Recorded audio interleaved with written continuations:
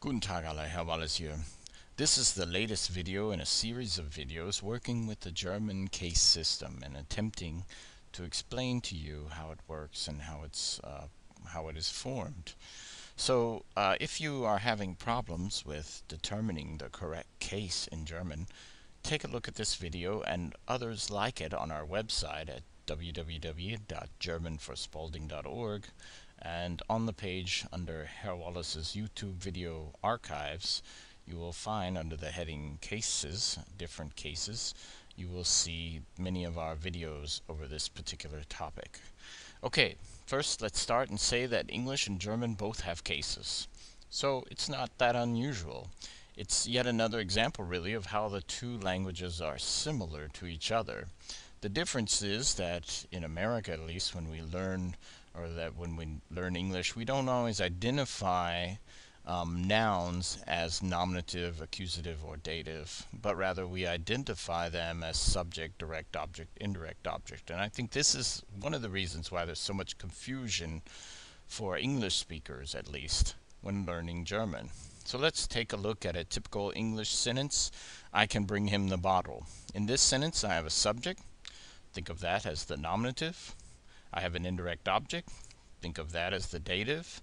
And I have a direct object. Think of that as the accusative. So you see, we already have these. We just don't always recognize them as that. Now, in a German sentence, the same sentence in German, ich kann ihm die Flasche bringen. So here I have a subject, again, nominative case. Ihm, again, indirect object, dative case.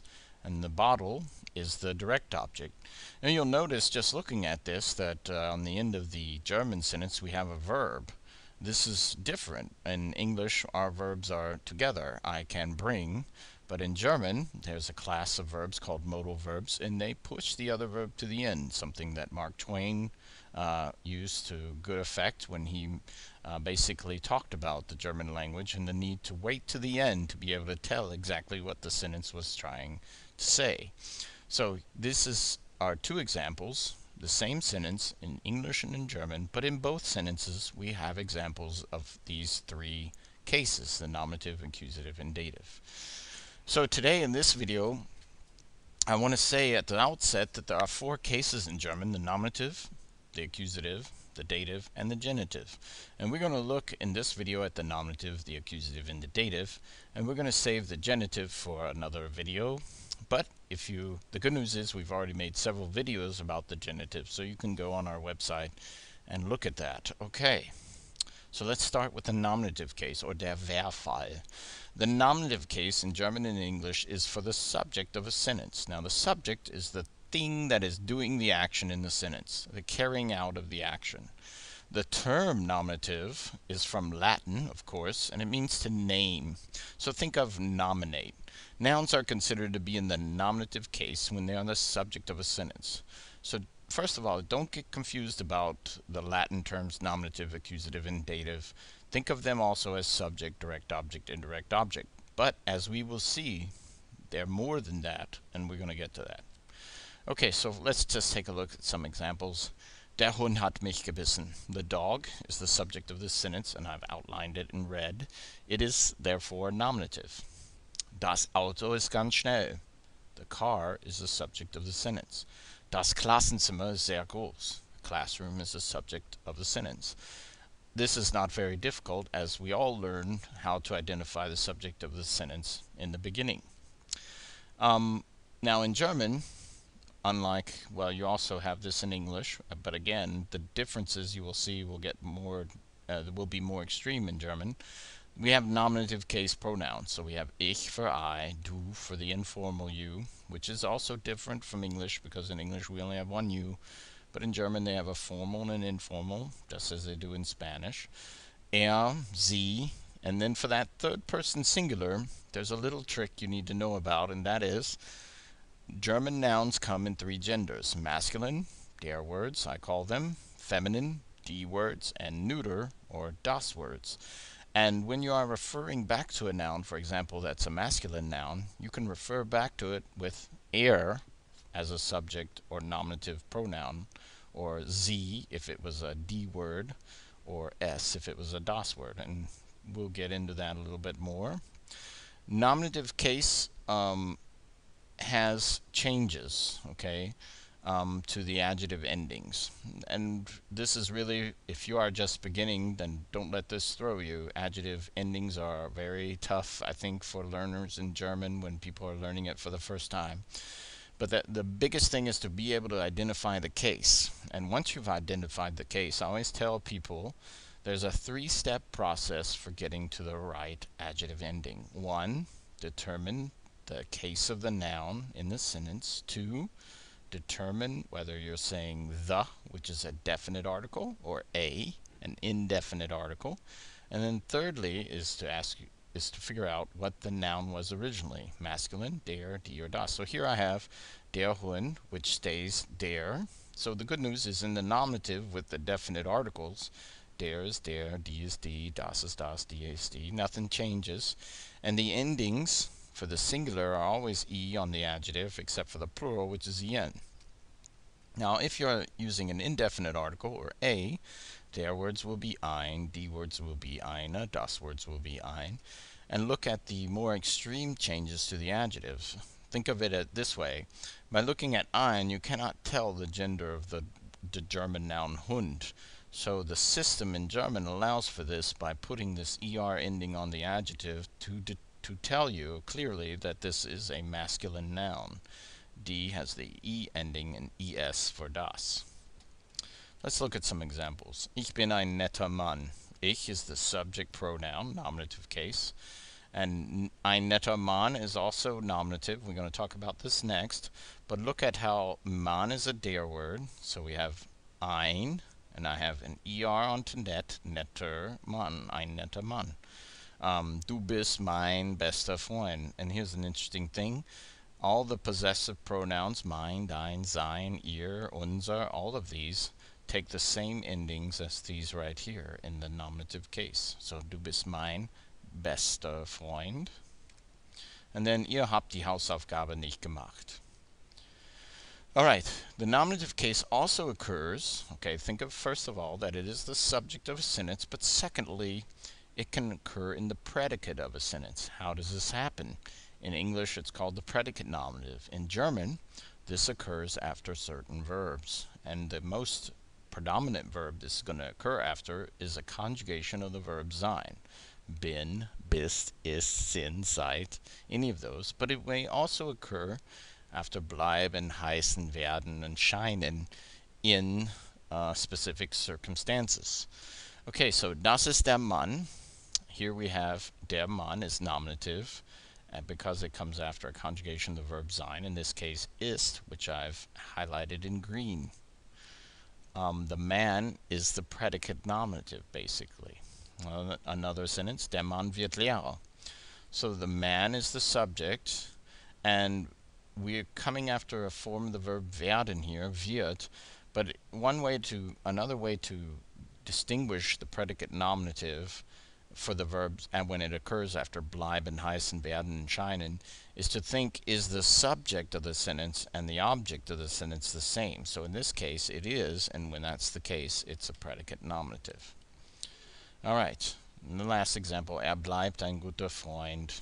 Here we have another predicate nominative after the conjugation of the verb bleiben. Okay, now the accusative case, the main role of the accusative case, unlike the nominative, remember the nominative signals the subject of a sentence or comes after certain verbs. The accusative case signals the direct object. The direct object is nothing more than what receives the action of the verb. So if I say, der Mann hat den Kuli gefunden, what did the man find? What was found? The pin. So this is a direct object. And notice how der Kuli changed to den. That's going to be a change that you'll see in the accusative. And I always tell my students, remember accusative, der changes to den, die and das stay the same. Ich habe ihn nicht gesehen. I haven't seen him. Ihn, direct object of the sentence. You have accusative case pronouns. Again, these are mich, dich, ihn, sie, es for the third person singular, uns, euch, and then sie. I always tell my students the accusative case, remember all the sie stay sie. So, ich sehe sie, I see her. Ich sehe sie, I see you formal, or ich sehe sie, I see them. Some people always ask me, Mr. Wallace, if Z means three different things, how can I tell what it means? And the answer is always context. What context is it used in, and what is the subject of the sentence prior to it? So those are the accusative case pronouns. Now, when a noun, and again, nouns in German come basically in three flavors: masculine, feminine, neuter, also the plural. Then der changes to den, die and das stay the same. But look at the endings on the adjective. These endings here for feminine, neuter, and plural nouns are basically the same as they were in the nominative, but the direct object has added an en to match the den. So den kleinen Hund. And if it's an indirect object, it'd be I'm sorry, if it's an indefinite article, then it'd be einen kleinen, whereas these are the same as they were in the nominative. So some examples. Ich kann den Hund sehen, sie hat den braunen Hut angezogen, hast du die schöne Frau gesehen? All right, now the accusative can also occur after certain accusative prepositions. These are prepositions that always take an accusative object, such as durch, für, gegen, ohne, bis, entlang, and wieder. Now, rennt durch den Regen. He runs through the rain. Der Regen, changing to den because it's accusative. Das ist für den Hund. Der Hund, changing to den because it's accusative. Lehnt gegen die Wand. Remember my rhyme? Der changes to den. What do die and das do? They stay the same. So die Wand is die. Ich kann ohne dich nicht leben. Here we have the personal pronoun for you in the accusative case. Wir sitzen den Tisch, der Tisch to den. Wir warten bis die nächste Woche. Bummelt die Straße entlang. And one thing about entlang is it often occurs after its object, unlike all of these, which you can see I've highlighted in blue, occur after the preposition. Entlang can come after the object. And then wieder is no longer used in common use in Germany, but it still lives on in certain idiomatic expressions, and that's why I've included it here.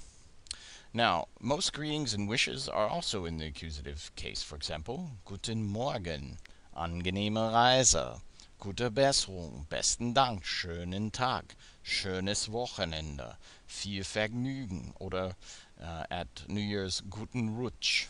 Okay. The accusative case also occurs in a number of adverbial constructions, especially when denoting length of time. And I've got a few examples for you here. Es hat den ganzen Tag geregnet. Ich habe ihn letzten Montag gesehen. Mein Freund war einen Monat in Atlanta. The accusative case is used as well to express distance with verbs and adverbs denoting motion.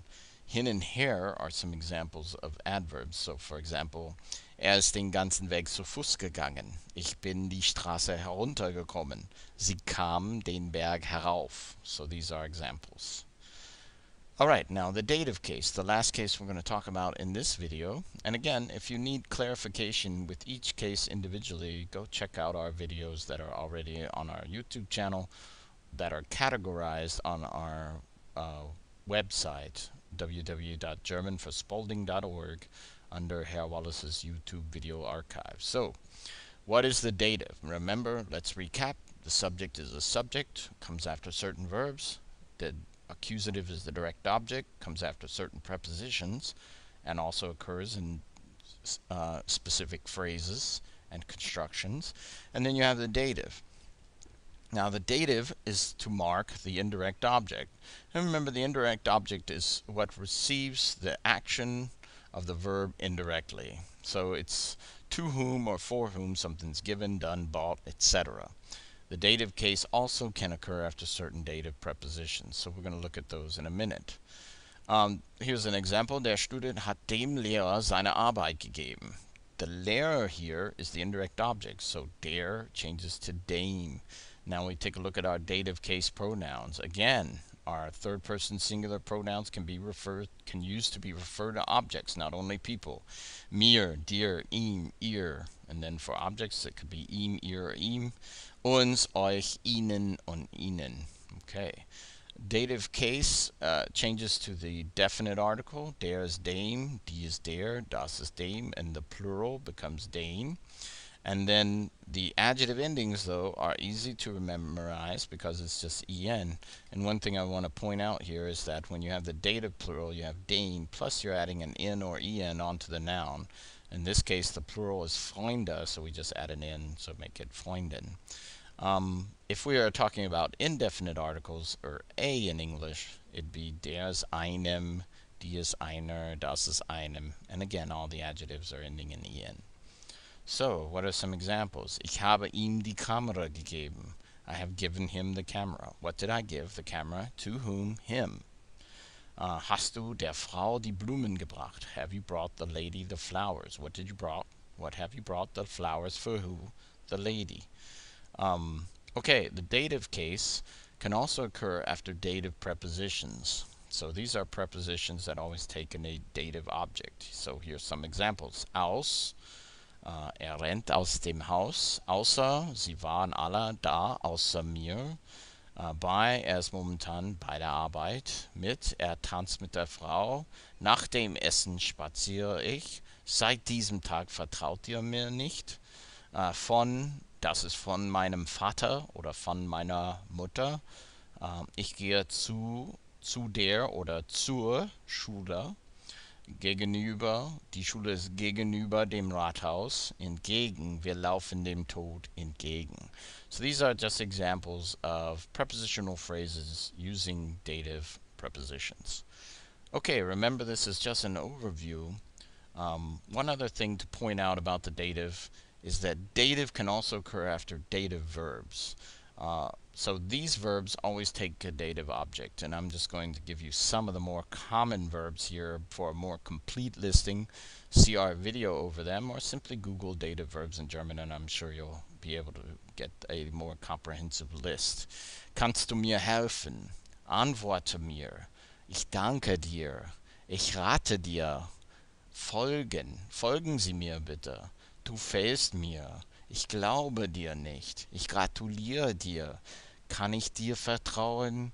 Das Buch gehört mir. So in all these instances we have a dative object because, not because it's an indirect object or not because it comes after a dative preposition, but because it's used of the object of a dative verb. So that's an added little twist with the dative you have to watch out for.